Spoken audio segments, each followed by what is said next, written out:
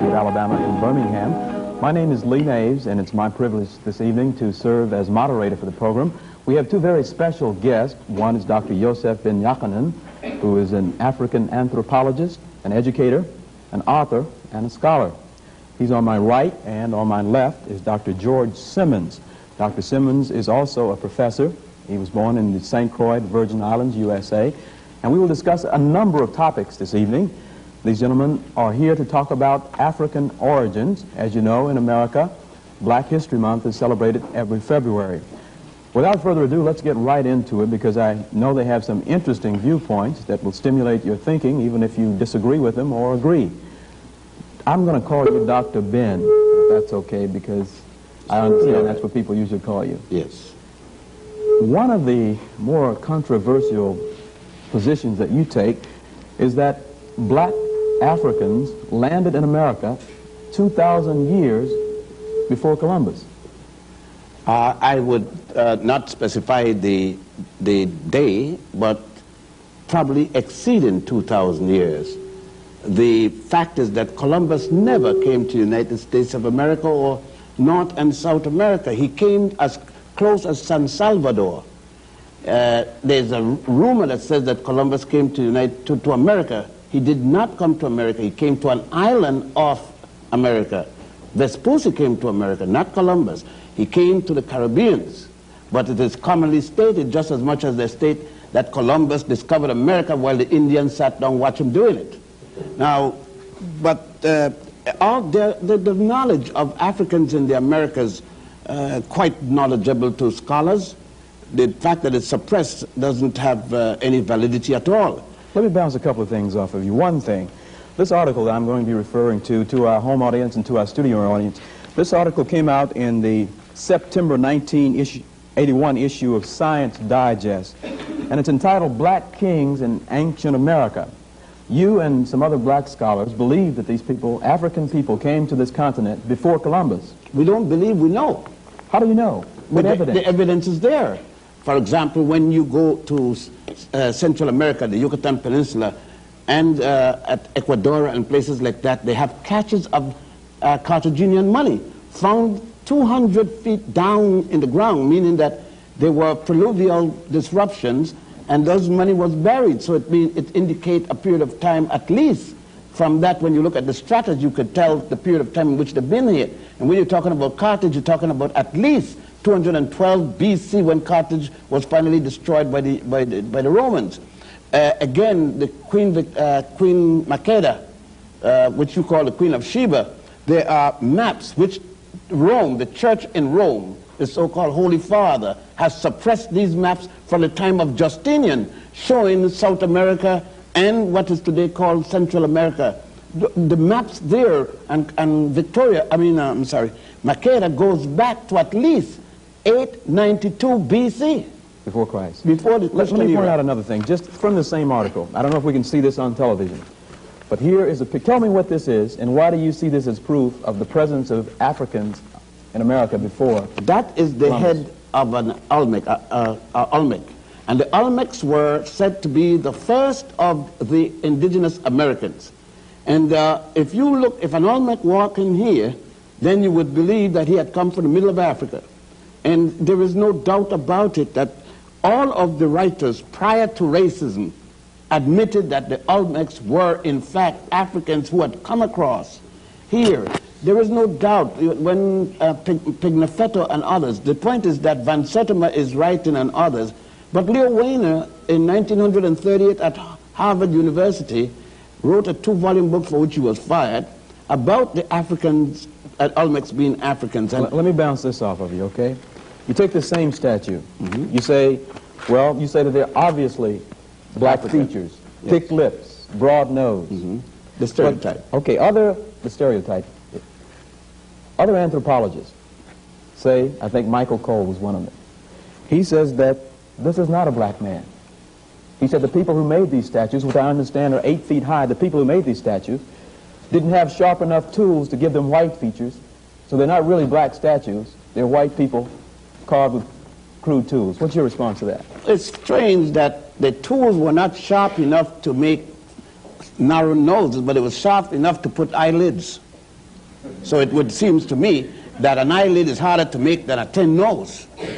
But Michael Cole is no less a racist than the head of the Ku Klux Klan. I mean, what's the difference between Michael Cole Reagan and the Ku Klux Klan? It have the same philosophy. What is the difference between the fellows writing the Bible and write about the Queen of Sheba saying to Solomon, look not, ye daughters of Kedar, look not upon me because I'm black. My parents sent me in the vineyard and thus all this nonsense. She's black because nature made her black. Her mother and father were black. That's why she's black. Had nothing to do about going in any vineyard, even though it's in the Bible. Okay, you talked about religion. We're going to get to that in a while. Let me turn to Dr. Simmonds. You also agreed with this position that Africans were in this... I have no problem, no doubt. Why? As a matter of fact, speaking about, like Dr. Ben mentioned, and you spoke about Michael Deco, I own a book several years ago and still have it in my possession by Michael Deco himself, who is considered one of America's leading archaeologists and anthropologists from Yale, one of America's most prestigious schools. In his own work, he referred to them as Negroid. And he went further to state the title of the book is America's First Civilization, what you call civilization. And to turn around and to tell these youngsters and other people in America in particular that the black men was the first to build any type of civilization in the Americas will be disturbing to Americans. And so... Let me ask you this. Yes. Even if you're right, let's say you're right, what difference does it make? It makes a lot of difference. What kind of difference? It takes the inferiority complex out of the black man who felt that his only beginning and relationship here in this part of the world is that of slavery. Then it puts him in the driver's seat. Because, again, they don't tell you that there are man-made hills within the United States. They call them mounds. And they range from in the Midwest all the way down the eastern seacoast of the United States.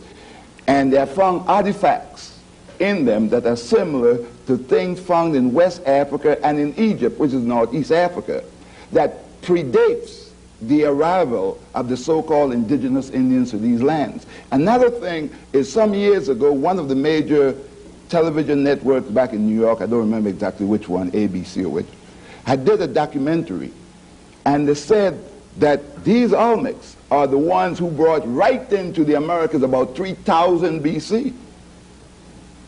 To tell blacks that they ought to be glad to enter into these schools of higher learning today in order to read and write, because their ancestors back in Africa couldn't read and write. You see what it will do to tell them that they brought right into the Americas?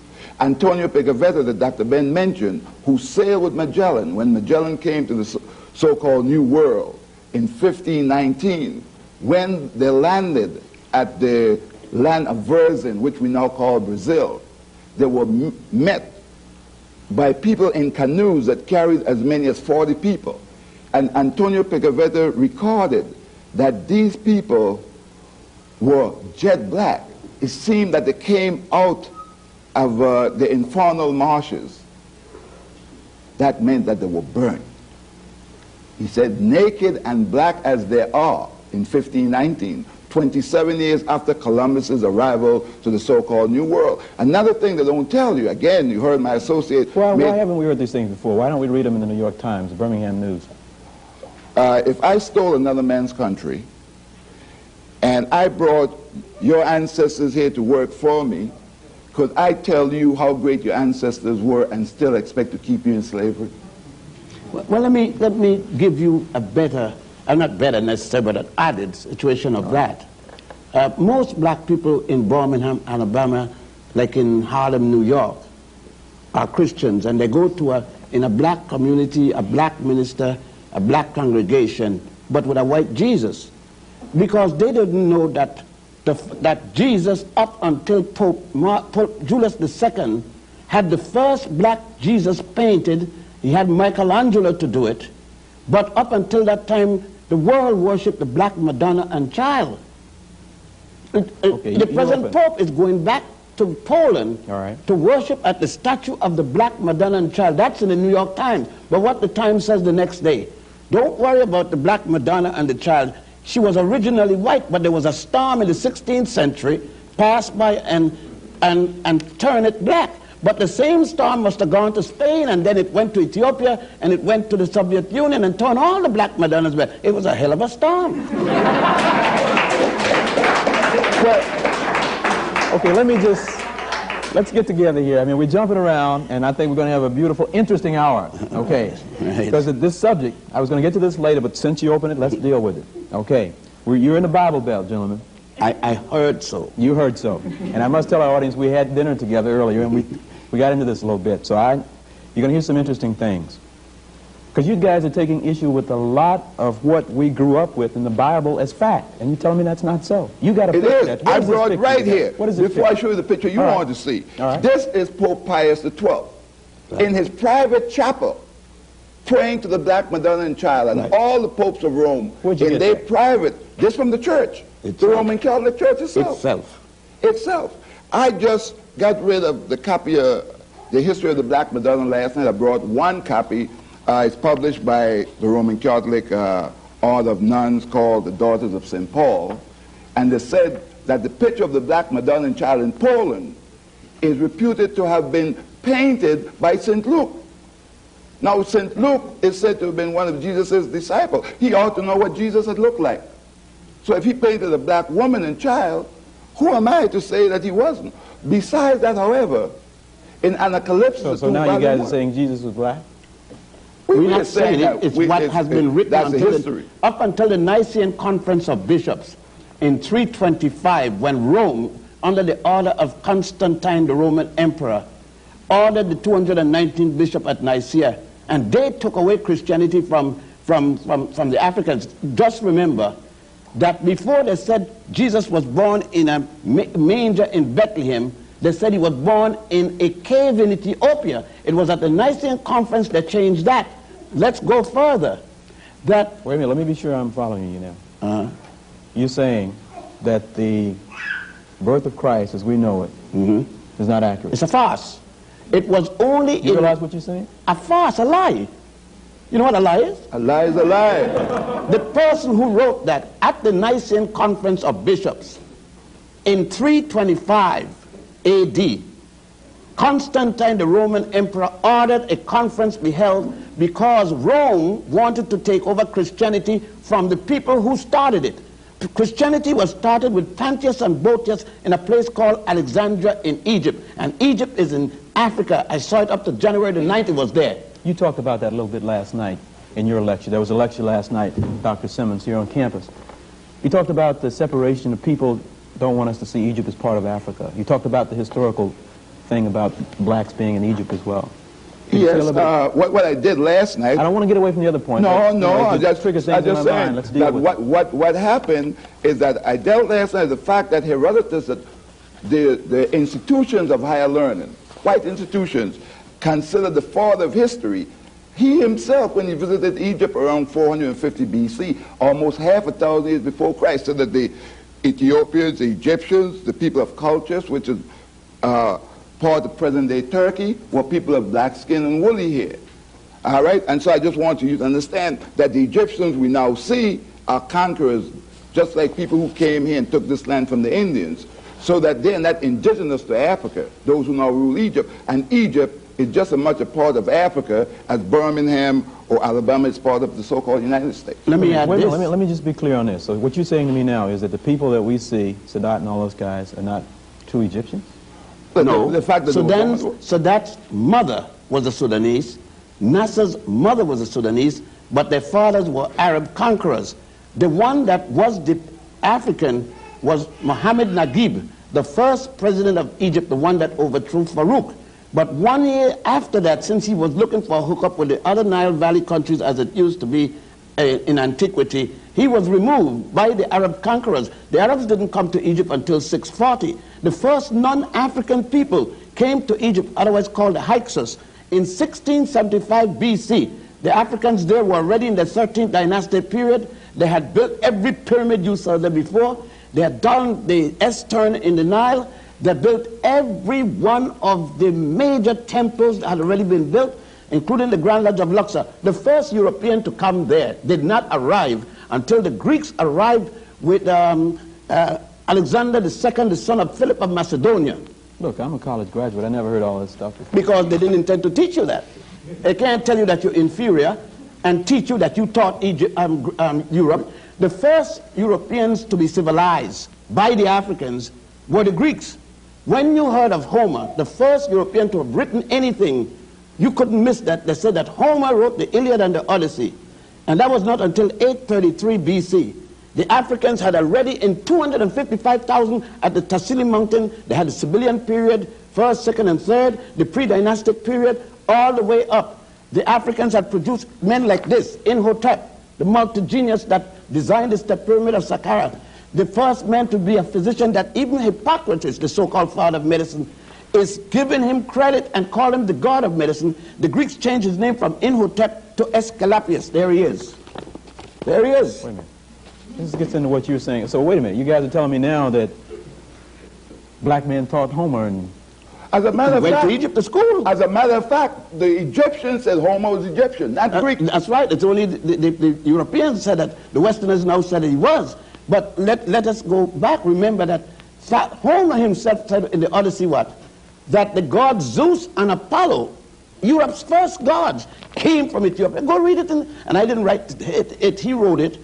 Thales, from Thales down to Socrates, and Socrates down to Aristotle, which they call the pre-Socratian philosophers and the post-Socratian philosophers. Each and every one, including Plato, who spent 15 years in Egypt receiving their education. You're saying Plato was educated in Egypt? 15 years. See, Before that, you heard nothing of him. Every one of them. What you had me believe then also, for part of what you said last night, is that Plato and these guys went back home, and they were big guys. But they were taught in Egypt? Is that what you said? They came there for their education. And they said it. They didn't hide it. It's the modern writers, the modern instructors and professors who trying to deny it. All right, You can't have in a racist school in Birmingham non-racist education. Let me get to something you said last night that's not going to make you very popular in this town and may not allow you to get safely out of town. You told an audience last night that you saw, I think, in a tomb in Egypt. Yeah. You saw it with your own two eyes, right? Yes. You told me that Moses, there were more than 10 commandments. Moses just took 42. The negative confessions. Moses isn't supposed to have been born until 1349 BC. The Africans were already in the 18th dynastic period. Akhenaten, who died before Moses was born, and Imhotep, who died more than 2,000 years before the birth of Moses, and others at the Grand Lodge of Mem had 42 laws called now the negative confession, one for each nome. They go like this: I have not killed man nor woman. I have not spoken ill of the gods. Moses is supposed to be born in Egypt, they said, at a place called Sukkot. Already, it says that Moses get the 10 commandments of Mount Sinai. Mount Sinai is still in Africa, right? The Sinai Peninsula is a part of Egypt. More so, is it possible for Moses to be born in Egypt, educated in Egypt? At age 85, he's still in Egypt, and he did not learn the negative confessions? Is it possible for you to go to school, born in the United States, go to kindergarten, elementary, junior high school, and college, and never heard of the United States Constitution? Then it would have been impossible for Moses, when everybody had to read the negative confession 5 times a day, for Moses not to have seen those 42 laws and extracted 10 of them, leave 32 more. Now, if you could go to the temple of Setaiwan at Abydos, to go to the tomb of Ramesses VI at the Valley of the Kings, go to the temple of Edfu, where you would, by the way, see the story of an immaculate conception and a virgin birth 4,100 years before the Mary and Jesus story. As a matter of fact, Wait. no, Let me understand. this is shocking. Let me just put it in the form of a question then. I mean, I don't want to stop this, because we're here for information. But what you're trying to get me to believe is that Moses didn't get the 10 commandments from Mount Sinai, but he got them From his fellow Africans. Moses was the high priest in Egypt, a high priest of the Egyptians in Egypt. Then what was he teaching? He wasn't a high priest of the Jews. There were no Jews in those days. They called themselves. Remember now, there were no Israel yet. Israel is not until 1196. And when we to hear of Abraham, Avram as he was called, coming into Egypt. The Africans already in Egypt, already in their 14th dynastic period when he shows up. All of the pyramids are built. That's another thing. Everyone, the 62 pyramids in Egypt were built before the first Jew was born. Why was he fleeing from the Pharaoh? Let me ask What you was the something. charge? I can write anything when I want to write, you know. Who's going to stop me from writing if I got the power? I was about to ask you, what kind of trouble do you get into for holding these kind of views? Oh, the other day, a black sister spat in my face, and because she couldn't take that. She couldn't take that Jesus was black. She said, no, no, no. I mean, he had no color. If he didn't have no color, how John the Baptist saw him to baptize him? Do you realize that you're getting at the foundation, that you're shooting and digging away at the foundation of what most of us grew up believing? Yeah, well, we believe a lot of things for a long time. One thing, they give us 3 pages in the Bible. Slave, obey your master. And that's what we believed for the longest time. They said that Jesus said, so how would Jesus, who fought the system, say to the slave, obey your master? It didn't sound rational, would it? So, look, most of the things, we're in a European system. You could come to this university and spend 4 years, go back and spend another 2 for your masters, and another 1 or 2 for your doctorate, and never had any course at all about Africans. But every day you come here, you got courses about Europeans. This is an extension of European culture, European belief, European racism. And it has no intent of teaching about the Africans. The Africans built the Europeans' first university, the University of Salamanca in Spain. These are historical records. It's just like... Okay, one of the things you said last night is that it's not just black people who are saying these things. No. Most of this information are written by whites. In white books. It's just that they don't emphasize it in the classroom. As a matter of fact, let me back you up when you open up the discourse. We were speaking about Columbus. None of them in here, none of the listening audience, even in the air, has the faintest idea that in the life of Columbus, when after his death, his family had to go to court because charges was raised, and this is in the record in the Vatican, in the secret archives of the Vatican, that Columbus was shown a map of where the Queen of Sheba that Dr. Ben spoke about, this black woman who had mated with Solomon and produced the son, Menelik I, and they lived more than 900 years before the birth of Jesus, had already sailed through what we now call the Strait of Gibraltar, came to lands to the west that was longer than Africa and Europe combined. And that, brother, is North, South, and Central America. May I add this? Right here at this university they teach, and I've just been here a few days, right? A day. They teach in this institution because it's the same as Cornell or anywhere, that Hippocrates was the father of medicine. He's not until 333 BC. Let me read this for you. Okay, you teach at Cornell, is that? I teach at Cornell also. They let you teach this kind of stuff at Cornell? They teach it now, I'm there. Okay. 1700, in 1700 BC, that's 1400 years before Hippocrates, you can find the Kahum medical papyrus. Papyrus is paper. Okay. A compendium of information about women's diseases and pregnancies. In 1600 BC, that's 1300 years before Hippocrates, the Edward C. Smith Papyrus, a comparative surgical text and anatomical inquiry. It especially deals with the spinal column. 1550, let me jump to one here. The Ebers Papyrus. A medical, there is the whole book on it. A medical paper by Queen Hatshepsut, the first known queen in history, an Egyptian queen. A papyrus designed to show women how to develop a method to stop pregnancy, to insert into the vagina, made of the shrub of acacia and honey, which break down into lactic acid. Not only that, Monsanto, DuPont. So we're talking about birth control. Birth control in 1550 BC by the Africans. It's a long time before the pill. A few days before the pill. But keep in mind, however, keep in mind that Europe is not yet in history. European history. The Greeks ain't arrived yet. Just, all I ask, one at a time. All right. Okay. Go ahead. The civilization haven't begun. Homer have not written his Iliad and Odyssey. And the hero. Okay, all the stuff that you're saying we can find this in books. Look, I ain't nothing say if it's not here, it's either in Doc's library or mine back in New York. Nothing we take for granted. Or the books that we brought down. And you saying they're not all written by black men? No. Anacalypsis is written, okay. Look now. Okay. Anacalypsis is a 2-volume work by Sir Godfrey Higgins, written in 1838 in England and published by Watson Company. The Golden Bow is a 13-volume book by Sir James Fraser, published simultaneously in the United States and England, and it was published in 1938.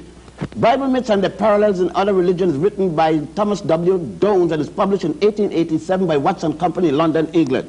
The Ruins of Empire by Kong C.F. Volney is published, there it is. It's published in 1792 by simultaneously in England and France, done by a man who was with Napoleon de Bonaparte.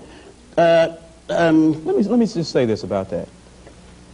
If we just give you the benefit of doubt and consider what you're saying to be true, I mean, you are chipping away at everything we've ever been taught, most of what we believe.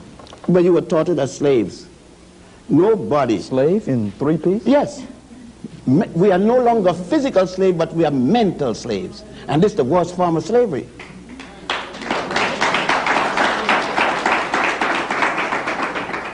Some of us believe that the Cadillac and the house on the beach makes us free. But it's the mind that makes us free. Well, I'm just glad I have to ask the questions and don't have to defend any of this stuff. Go into something else for a minute. Tell us about some of those pictures, because I want to get as much into this hour as Well, we can. this picture that you are looking at right here is the picture of Pope St. Peter, the first Pope of Roman Catholicism, as the church admits. But this the man church has a black said that face. Black face, black everything. If you strip him, it's black all the way down except his fingernails and all those things like that. Well, how do I know you just didn't get a picture and paint a black face on it? No, that is the statue in Rome. That Now? you're looking at. Now, Right now at the take Basilica. a jet. Can't afford it? Take the fastest means and go to Rome and You'll come see him back right and there. then tell us if it's not. That same picture, I used to teach at Roman You say, Catholic wait a minute, colleges. this is there now? Yes, now. With And the black every pope Has kisses to kiss his feet. Yeah, every pope kisses his toe. They said his toes are worn by the thousand of kisses placed there. If the book that I got it from was not that heavy, I'll bring it that you see the Pope kissing, Pope John the 23rd And kissing. who is this black guy? Saint Peter, the man that they told you, every black minister, every white minister says, Jesus gave Peter the keys to heaven, which means that no white man, nobody else could enter into heaven unless he come by way of me, the black man. But I hold the keys to heaven. That's right. And there's no reason why Peter should not open for me. He suffered too then. What else you got there? Well, what I have here is some black saints. Saint Augustine, some of you say that Saint Augustine, Saint John Chrysostom, Saint Athanasius, and Saint Ambrose. Black saints of the church. You have to remember that Christianity is called in Europe and by Europeans as the new religion. Right. It was alien to Europe. Emperor Constantine is the one who decided to take it. He said, I need a religion to unify my empire. With this religion, I could then conquer the world. And he himself was never a Christian until on his dying bed in the year 337 when he became converted to Christianity. But he took it to unify his empire. But isn't it Augustine, in his unchristian doctrines, he wrote 48 different works. The three most noted in the West is his Confessions, which he specified who he was, and then the Holy City of God, and the last was on Christian doctrines, the fundamental principle for modern Christianity. Three black women, Felicita, Perpetua, and Nymphana, were the first to die for Jesus Christ. Next, and they were from what is today called... How do you know this? It's in the documents of the church. And it's in the writing of the church. And was it not Pope Melchizedek, the three African popes of the Roman Catholic Church, Melchizedek, Victor III, and the other one? Galatius. Pope Galatius. Galatius. We have them there. Now, these are church documents. But remember, when there came a time in 1506, after we lost power in Spain, the Africans ruled Spain from 711. We were calling ourselves Moors, M-A-U-E-R-S, then M-O-O-R-S. From 711 until 1485, 774 years, when we built and brought into Europe the university system, building the University of Salamanca, S-A-L-A-M-A-N-C-A in Spain, a copy of the University of Genève from ancient Ghana, which was equally a copy of the University of Sankore in Tombouctou, which the French later called Timbuktu. Now, look, if you want to read it, read Stanley Lane Poole's The Moors in Spain, written in 1887, or Alejandro Macaziza. Read his book in Spanish, The Moors in Spain, and said that even the bath was introduced by those Africans.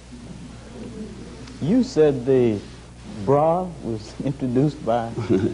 The bath was reintroduced because Rome had a bath before, but they stopped because of not understanding the Christian doctrine that the Europeans had embraced. They stopped for over 1,000 years from taking baths. As a matter of fact, I'd like to make mockery of the fact that the Queen Victoria of England boasting of herself being the cleanest woman in all of Europe, taking 1 bath per month. I have books show you where people were made saints for boasting and never even washed their hands.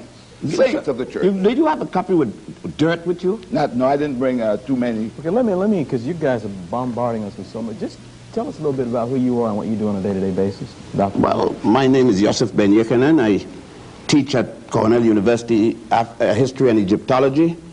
I'm an author, former member of the United Nations, graduate with a PhD from Cambridge University in England, a PhD from the University of Barcelona in Spain.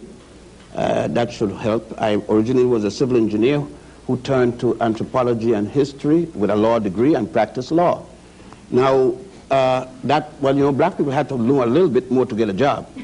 And I was born in Ethiopia and came to the Caribbean as a young fellow at age 6. My mother's a Puerto Rican, and we lived and grew up in Puerto Rico and the Virgin Islands. My father was a barrister. And I, as I said, worked with the United Nations, and then finally started teaching at Columbia University and other places. Got fired a number of times, of course. I would imagine so. So yes, with this kind of thing, they don't want, with the documents in my hand. When I exposed that Planned Parenthood was nothing new, that it was done in Africa as early as 1550, I was fired on the spot by Professor Ralph Linton. But about 10 years later, the American Medical Association published the Ebers Papyrus, the same thing I got fired for. Okay, I want to get back to something in one of your books in a minute, but just tell us, our audience at home and studio audience, a little bit about yourself, Dr. Simmonds. Oh, I'm not as fortunate as Dr. Ben. Dr. Ben is the intellectual, so I like to be the other extreme. I like to say that my college is that of hard knocks, and I use myself as the example as to how high a black man could come from mother wit. Mother wit in the sense that it is said that blacks are not intelligent. And so that what we do is complement each other. He being the extreme with all the degrees, and I will remain the little fellow in the street. However, the little fellow in the street have taught at some of your best colleges and taught the professors so that they could teach you. I've taught at Marist College. I've lectured for Yale. I have lectured in most of your best institutions. I just went to do a week seminar out in the state of Washington to educate some professors how to teach in teaching and teaching logic. I think what happened, like some people say, well, Simmonds, why don't you go and get the thing? I said, no, at my age, I'm not looking for prestige, but my children will. And since there's a thing that black people are dumb, I like to sit back being dumb and just waste the intellectual other folks away. Well, he's being very modest. I'm looking for that. He's my associate in my office. That's all right. And yes, and at Malcolm King College, and was the chairman of the Department of History in many schools, so he's being modest. I am. Let's get back to some of this. Let me see that for a minute. Let's get back to some of this stuff we were talking about last night, you were talking about at dinner. You guys just took on the Bible. And which one? There are many Bibles. You got about 3,000 versions. And the one that most people here believe in is the King James Version. And when a version is not a fact, a version is something like the original. And James commissioned 47 men under Sir Francis Bacon. He pulled them from Cambridge University, Oxford University, University of Eton, and University of Scotland at Glasgow. Those 47 men wrote God's words. You're not going to be very popular in this area. I didn't plan to be. Okay. This quote from one of your books, and this will be available to our studio audience, and we'll talk about this a little bit after we get off the air. And I'm not even sure I should read this. This is from a Bible. That's the Bible in this. You should read it. Read what was in Genesis up until the 6th century. It is still in the Book of Mormons. That's the people in Salt Lake City, which many blacks have joined because they'll join the Ku Klux Klan as the open membership. It is still in the Calvinist teaching in South Africa. And read what was in the Bible up until the 6th century. So you're saying that this is still in the Mormon Bible? It's still in the Mormon Bible. It is still in the Calvinist Bible. And look at the bottom where the Roman Catholic Church had it, and they now make an excuse that they were sorry that it was ever in there, but nevertheless it was. All right, let me just share this with our audience here and our audience at home. And this is from one of Dr. Ben's books. And from all the books, that it's on page 120 and 21 in that book.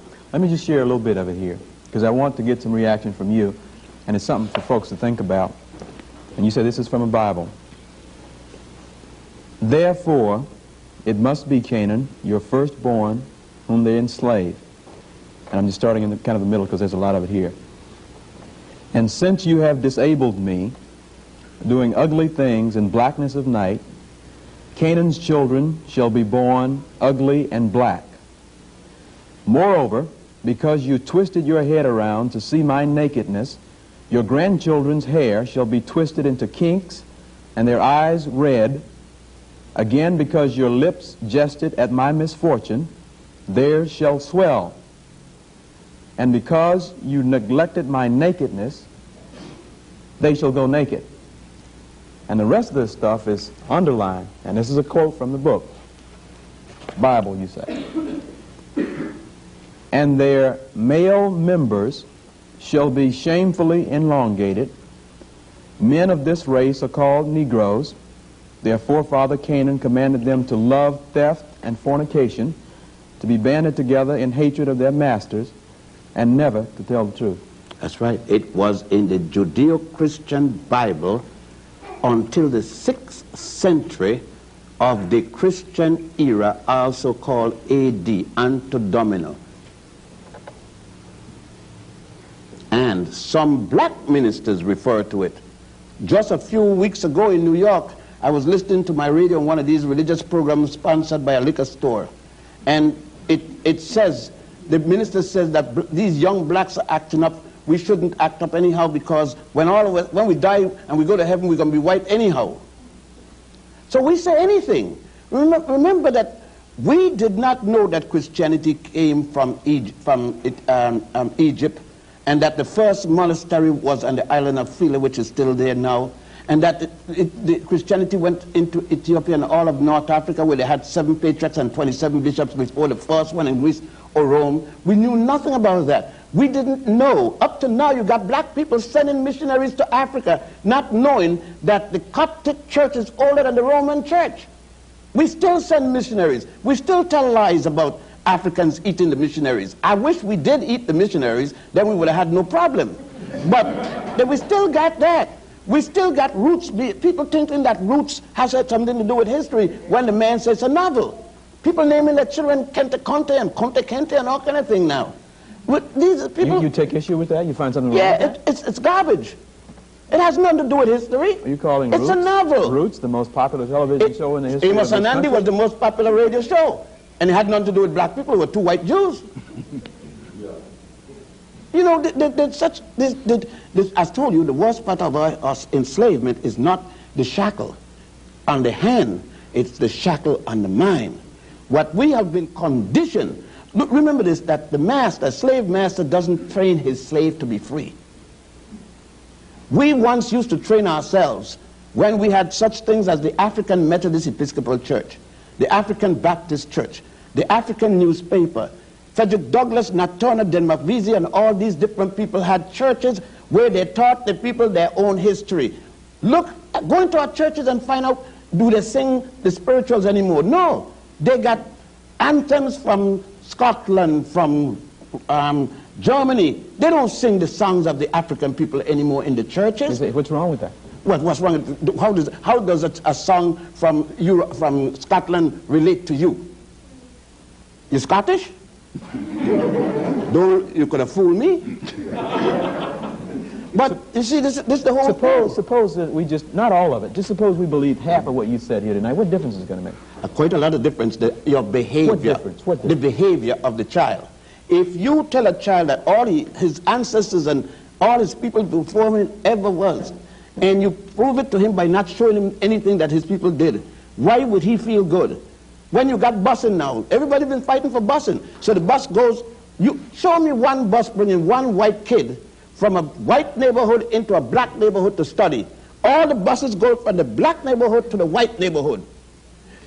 Show me a class in music appreciation where they're showing you African music. It is European music alone. Now it has an impact on the child. The problem that we are facing is that, I see you ask what's the difference, okay. In the church tomorrow, there's going to be a church, and every one of the black churches got a white Jesus. Go into a Chinese church and see if you don't see Jesus got slit eye like a Chinese. Go, you know what I mean? Go to everybody but us. Religion is the deification of a culture. And the gods look like the people talking about it. And the angels. Here you got Jesus. Now give me, if you talk about image. December the 25th, coming. You're going to see this, and before. Jesus wrapped with swaddling bands. It says it. Wool. We're in the desert now. It's 110 degrees minimum Fahrenheit. We're in the desert, and the child is wrapped in swaddling band, the wool. What mother's going to wrap her child in a wool blanket in the desert? Let's go further. And on the roof of the manger, there is snow.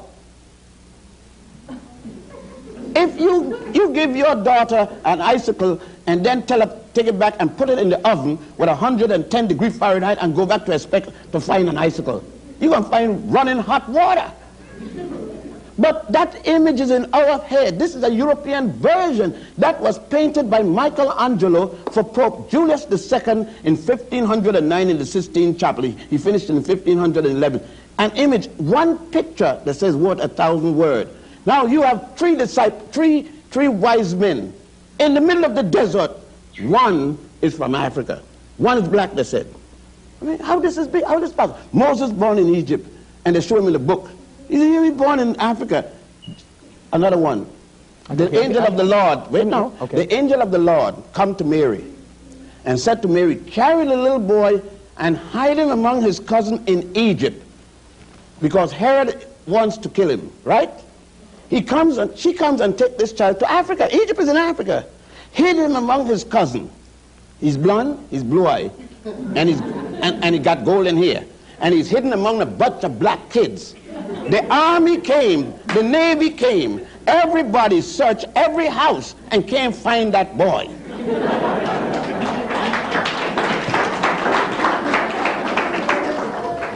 God, time's moving on, and there's so much here.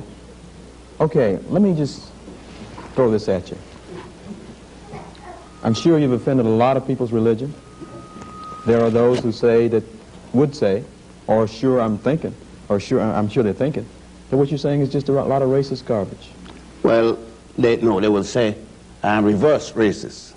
They don't allow us to be plain racist. We have to be different. We're the reverse kind. Now, people will say anything, and even black people will say we will control our mind, our thinking. The point is this, that the person said have never read anything hardly. Let us go into the theologian library and see the amount of books they have. How many of these people have gone and traveled? You see, what I'm saying, there is no major university, major library in Europe I have never been to. There's no major library in Asia or Africa I have never been to. I have been to every one of the major tombs and temples of Egypt and got the pictures and read the hieroglyphs and everything like that. You even said you discovered England. Tell people about I discovered England when I was, the first time I went to England, I discovered it. I was in the middle of London walking around, doing like this, looking around, and the Bobby, that's the policeman, he came and he says, what you doing? I said, I'm discovering England. He says, you must be daft. You know what that means, crazy in English. And England have always been here. It says, well, I'm doing like Columbus. I just came here. I'm the first of my people to come, so I got to discover it. They discover everything that they came to, isn't it? They discovered the source of the Nile. Well, the African brought them, showed them the source of the Nile. Africans there having a nice bath, naked. Naked, we were bathing very naked because what we got to hide? We were naked. But you claim that Africans invented the brassiere. Yeah, but the fact that they invented the brassiere as a string for the purpose of keeping the breast from jumping up and down.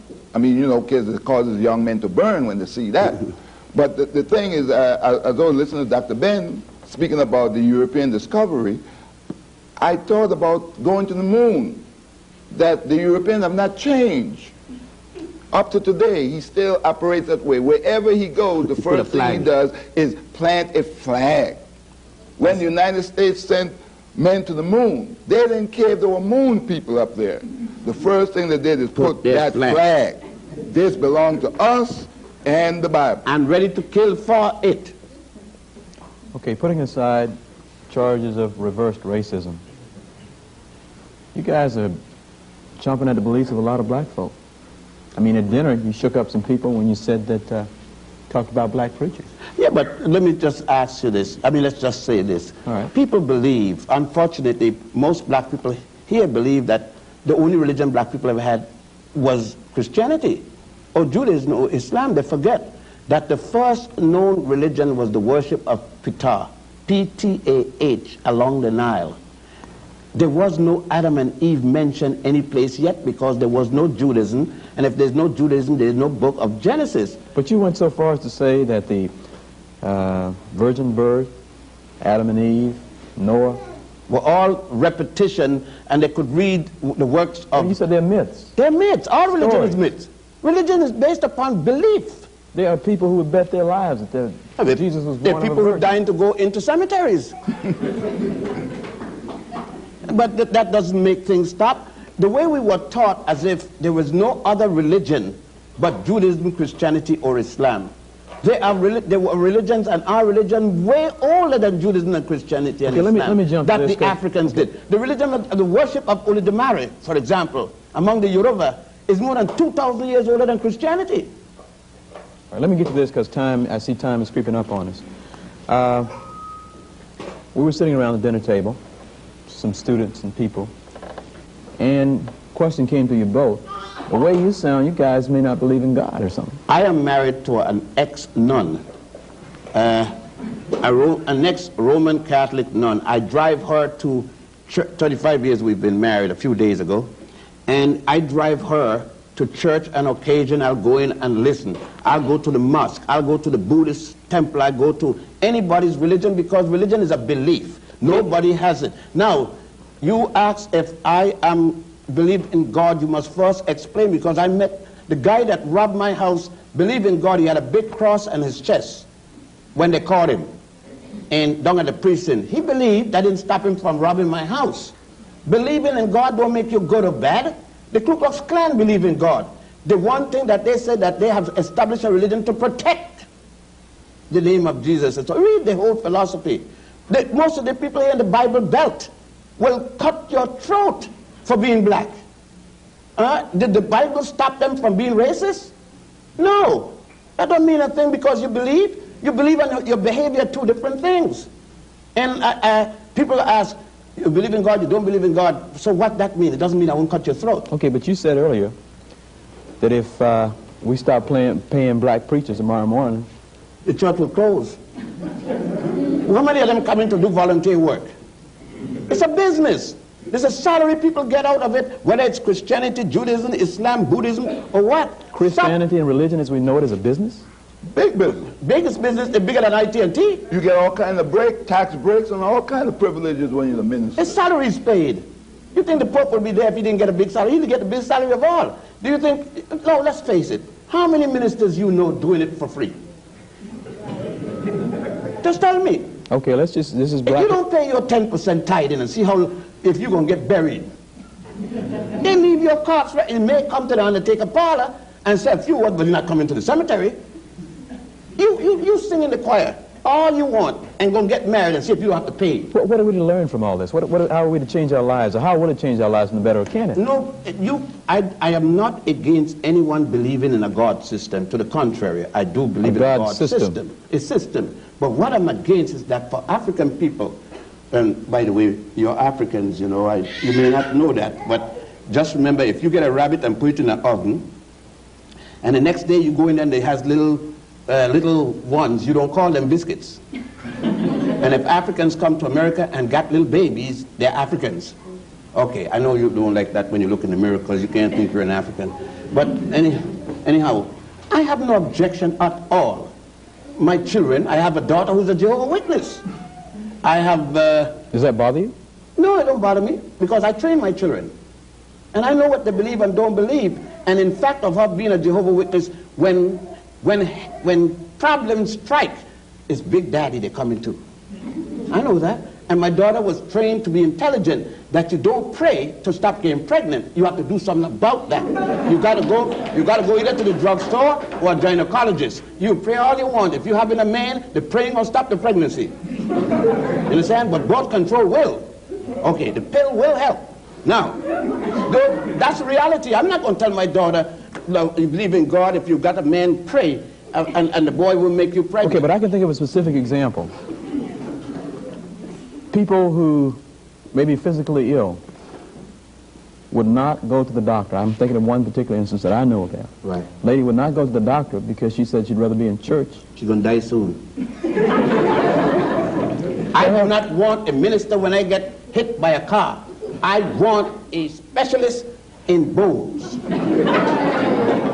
Well, let me take you for a moment. Let me use myself for an example. I was bleeding to death. I was going to die. I was losing blood faster than the doctors could give me. And they said, we must operate. And there comes a priest to say something over me, whatever it is. I told him, I don't need him. I don't need him. I want a doctor. That's right. That's intelligence. He's standing in the way of the doctors. They need to work in me. It doesn't mean that he doesn't believe in God. It means that he's intelligent. And this is because the priests want the same doctor.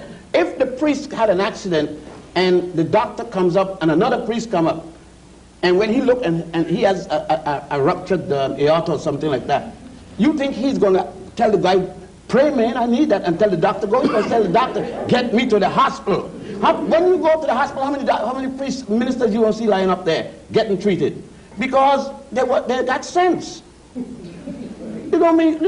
It isn't irreligious or godly for me to say, I fell down and broke my leg, and then say, Father, straighten it out. You know what the Bible said? I will help those who help themselves. Well, the Bible could be used for negative and positive. It's got all kind of negative and positive. The whole thing is your interpretation of it. You go to 15 Baptist church and you get 15 back. Why tell me now, if it's religion, that you got one block 200 feet long and got 6 Baptist church in there? The same Baptist denomination. Tell me why, if you're a Christian, why you need a Methodist, a Baptist, a Presbyterian, a Catholic, and it's the same Jesus. Why? Money. Big business. Everybody wants to run their thing.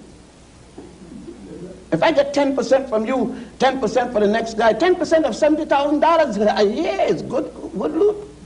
I mean, I could get a few Cadillacs behind that, and a nice home and a nice wife with a mink coat, and you see some people taking the last dollar and giving to the church, and then come and ask me for my dollar. Let me just, because I've been informed that we have about, I guess, less than 5 minutes, maybe 3 minutes. We've covered a lot of subjects. We've had a lot of questions. And I guess in just maybe a minute summary, each of you, I mean, we hear about this stuff maybe once a month, Black History Month, and we go back for the other 11, living our lives, being bombarded with other kinds of information. What can we take from here, and what can we do with it, and how can it help us? I mean, that's a multifaceted question, but if you can, let me start with you, Doc.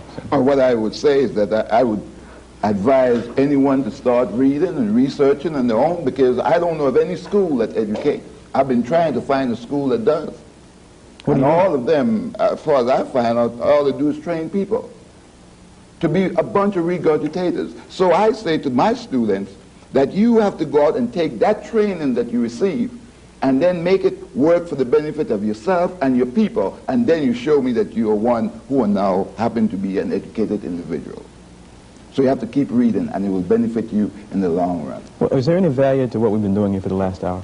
Yes, because now we have brought a tremendous amount of new information, hopefully, to light, and other people will start trying to check us out, and then they too will become enlightened. We hope that they do try to prove us wrong. But you probably also offended a lot of folks. Well, look, new knowledge does. If someone tells you that your girlfriend that you love so well is a prostitute, and you never seen her prostituting, it's shocking. And if you catch her, you really can't believe it. You might even kill the guy for telling you. So I'm not surprised if it hurt, because when you start to change or deal with people's belief pattern that they have held on so dearly to, and many have even offered to fight, give up their lives for their belief, only to find that the belief is untruth. Okay, we just have a minute left, and I know that's not a lot of time, but final statement on your part, Dr. Ben. God is truth, they said, and truth is a constant effort of research.